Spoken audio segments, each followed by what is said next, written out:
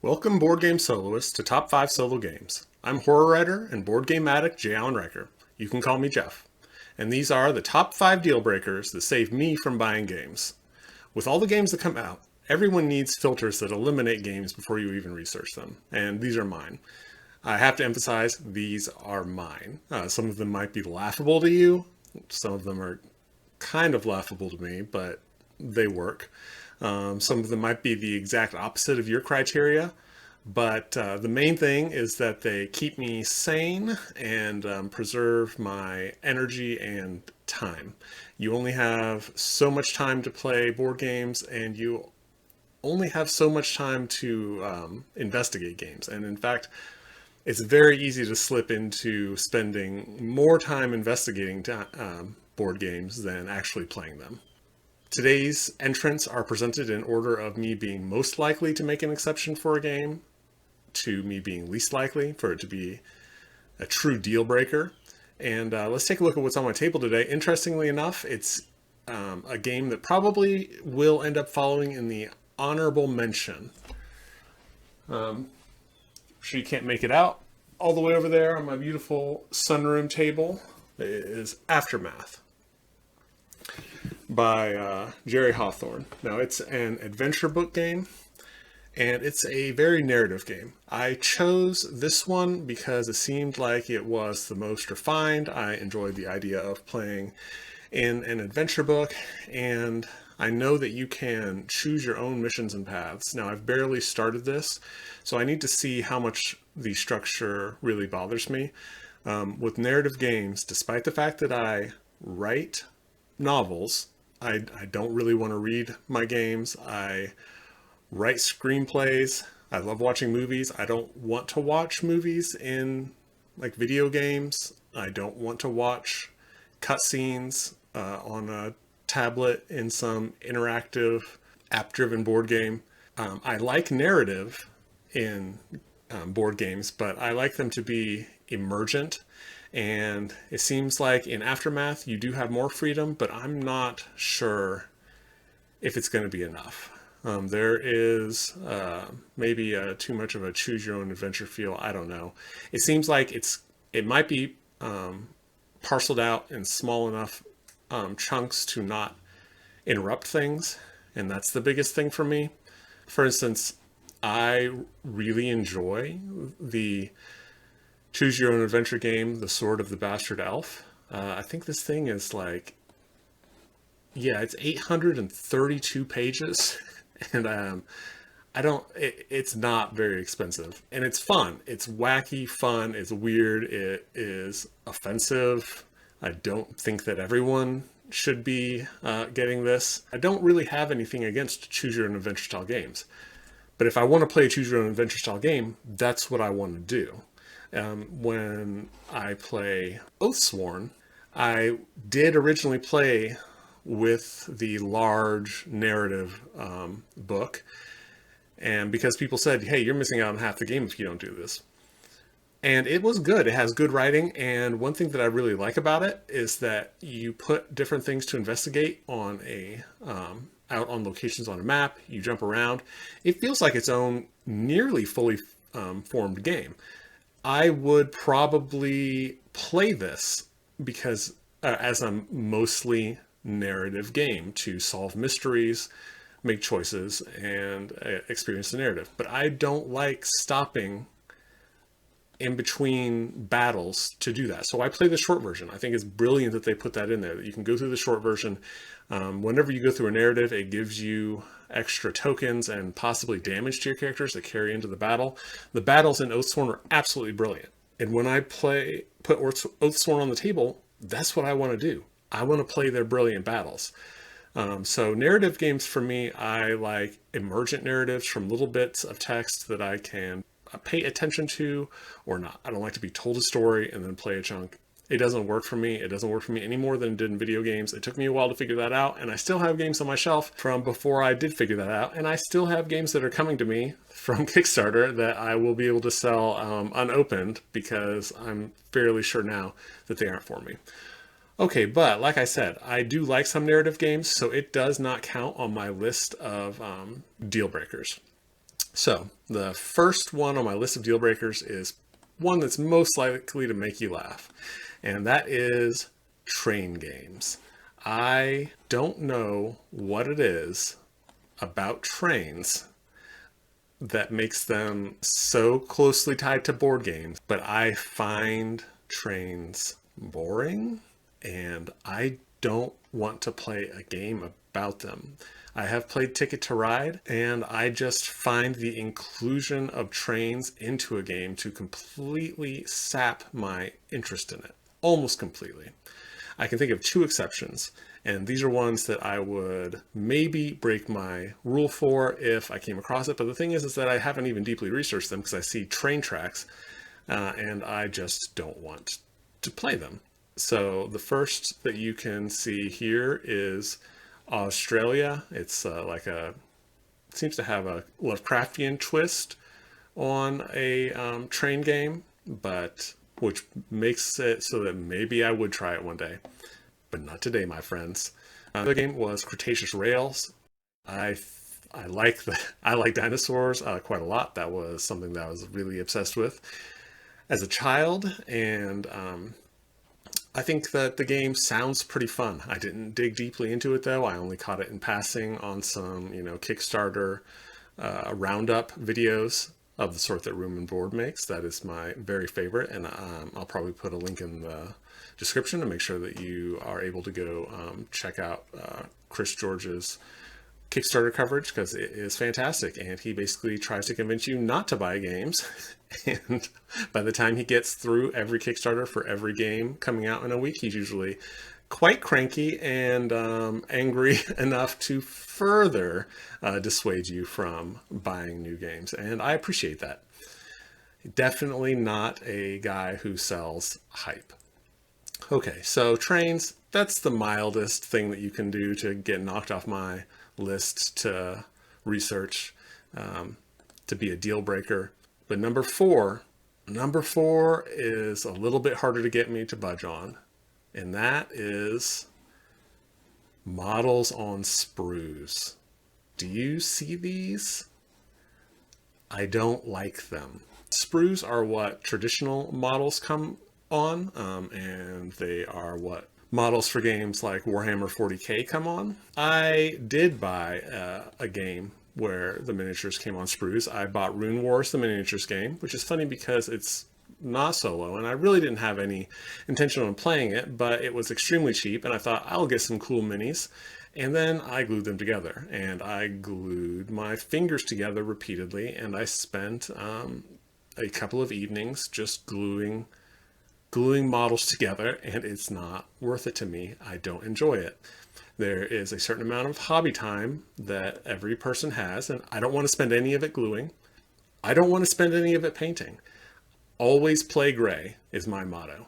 I get in more plays because of the fact that I refuse to paint models than anyone who paints models. Now, if they enjoy painting models so much that it's okay, but I see people who want to play games and they're like, I only need to paint for another month before I'll be able to try out this game. That sounds pretty miserable to me. I'm glad for the people who enjoy it as a hobby. I'm also glad that I don't care about it so that I can just play gray. I don't really care that much about minis, in fact. I like standees, especially acrylic standees. They're just beautiful. And I really love tokens and chits like in war games, because you can present information on top of them. It makes it so that you aren't constantly having to reference a character sheet or a book or table, and I really enjoy that. I made some tokens to replace the minis from Warhammer Quest board games, and they're great because you can stack their health tokens on top of them, because it is such a pain in the butt when you have 6 enemies on a board, and they many of them are the same type, to somehow track the health for each individual one. Well, if you can put health or damage tokens on the actual disc, there you go. I mean, that solves the problem for you. I do like some minis. I really love the chibi minis from Marvel United. I fully expect to enjoy the minis in Marvel Zombies. It's not that I dislike minis, it's that I don't like them enough to glue them together. One game that I stopped looking into because of that is Aliens, Another Glorious Day in the Core. I already have Alien Fate of the Nostromo and Alien Bug Hunt. When this game came up on sale, I believe on Game Nerds, I thought about buying it and then saw that you have to glue the models together and decided against it immediately. I guess I have enough aliens in my life. My number 3 deal breaker is starting to get more serious here, and that is legacy games. Board games are meant to be passed on. They're meant to be sold used, and legacy games kind of try to prevent you from doing that. I would say probably most of them come with a recharge pack these days, and that's great, but it's still an added friction that just makes it more likely it's going to sit on your shelf and nobody else is ever going to touch it. Even if it wasn't for that case, I don't like legacy games where you just have to do things that are non-destructive. I don't like pausing the game to do that. I don't find it to be fun in the slightest. I don't understand why it can't be part of the game's normal flow to have your character and the enemies get harder along a campaign. Lots of campaign games have done this for a long time without having to add fiddly legacy aspects, like putting stickers on things.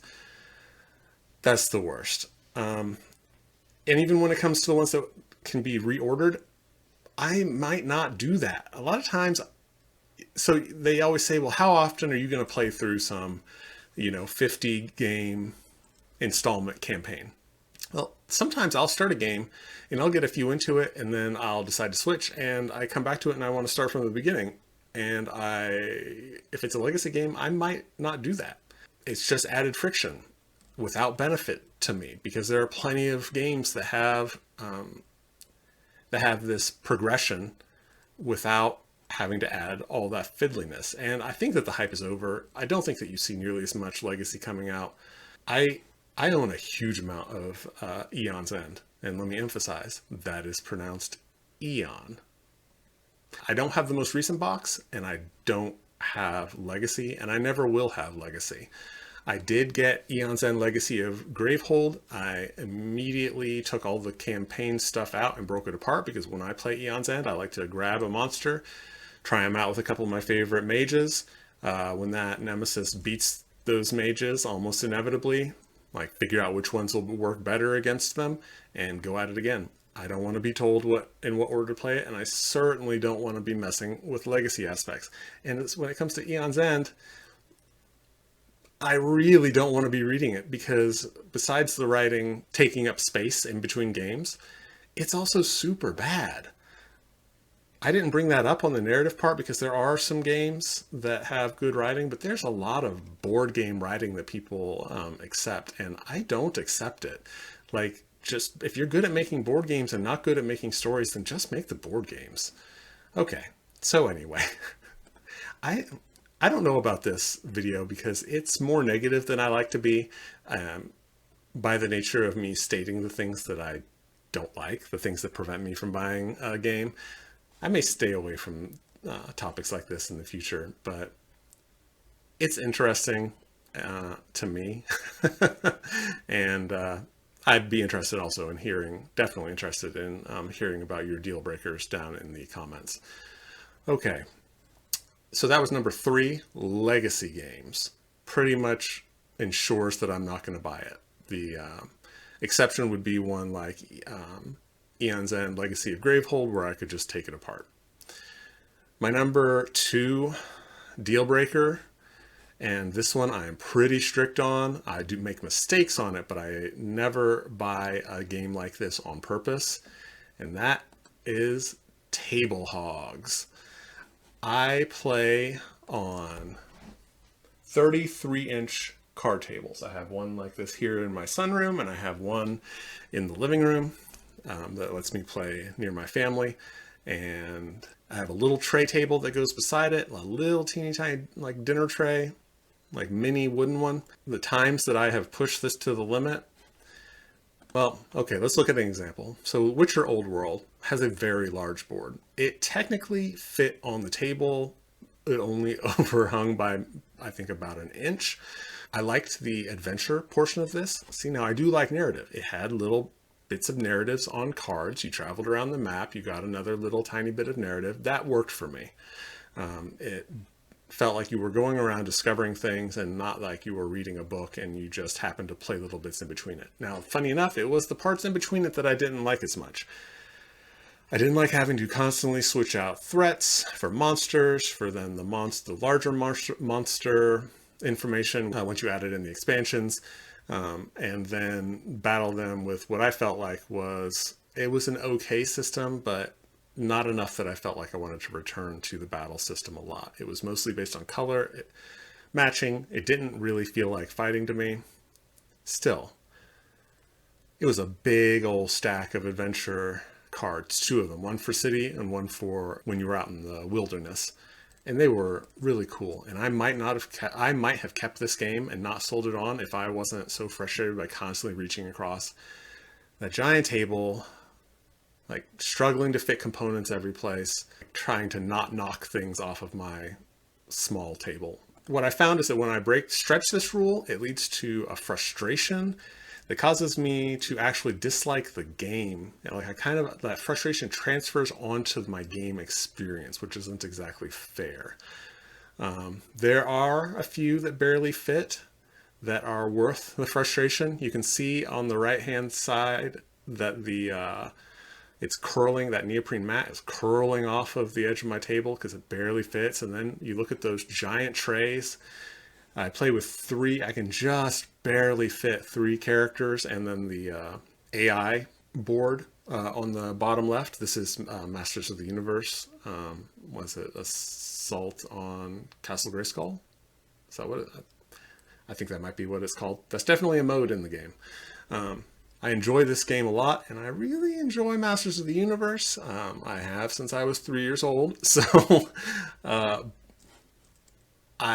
it just fits, and I am willing to put up with the frustration.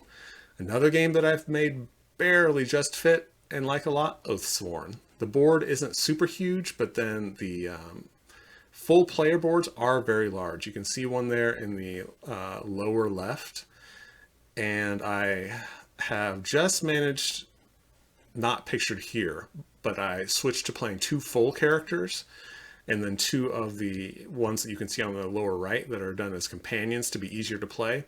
Obviously it makes it easier to play. I don't know if that would be that much of an issue for me. I'm okay playing pretty complex games multi-handed, but they would not fit. I could not fit 4 characters, and Oathsworn is definitely a very finely tuned combat game that is meant for 4. So another game where I can, because it has a modular board, I can set up some of them and I can't set up other of the scenarios, is Warhammer Quest Curse City, which I already talked about. That's not something I can prepare for. Like, I try to research. It's surprisingly difficult to find board game sizes, and I really wish that it was more commonly stated. I guess most people play on tables larger than I do.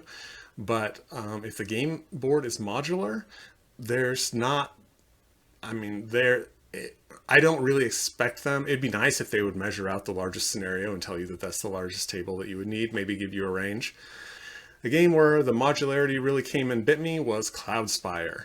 I bought this not even thinking about how large those hexes would be when a poker chip is fitting in them, and I opened up the box and had to immediately sell it. I sold it for a $20 loss. Anyway, I'm probably going on too long about this. If you have read the title of this channel, and if you have seen any of my other videos, you know what my #1 deal breaker is. And that's not having a solo mode. The thing is that it saves me so much time when I'm going through videos. I love the watch it played videos. They always have a graphic that tells the player count of the game they're discussing at the front. So if I don't see one, if I see 2 to whatever, I just go ahead and skip ahead. I don't even feel like I'm missing out on games because I don't look into them far enough to care about them if they don't have a solo mode. I know there are a lot of great fan-made solo modules that you can get on BGG. You can go to the files, but there are so many official games with official solo modes that I don't really look into it. If I hear in forums, if I'm constantly hearing about some game that has a great fan-made solo mode, then I'll check it out for sure.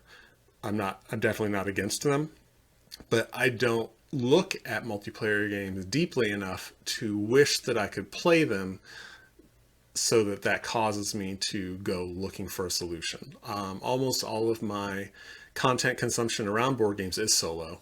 For instance, you can see here I belong to the One Player Guild.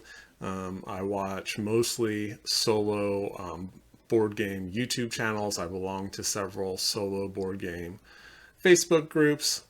So yeah, the number one best way to scare me off of a board game so that I don't even bother researching it, no solo mode. Okay, so that's our video for today. I'd really like to know, what are your deal breakers? I guess it's always good to have new ways to filter out board games, since the hobby's becoming more popular than ever and more board games seem to be coming out than ever. Let me know down in the comments. If you enjoyed this video, of course, it'd be amazing if you gave it a like. This is a new channel, and every little bit helps. And if you want to hear my opinions on and top 5 lists of all things to do with solo board gaming, then go ahead and subscribe. But that's going to be everything from me for today. So I hope you have a great day.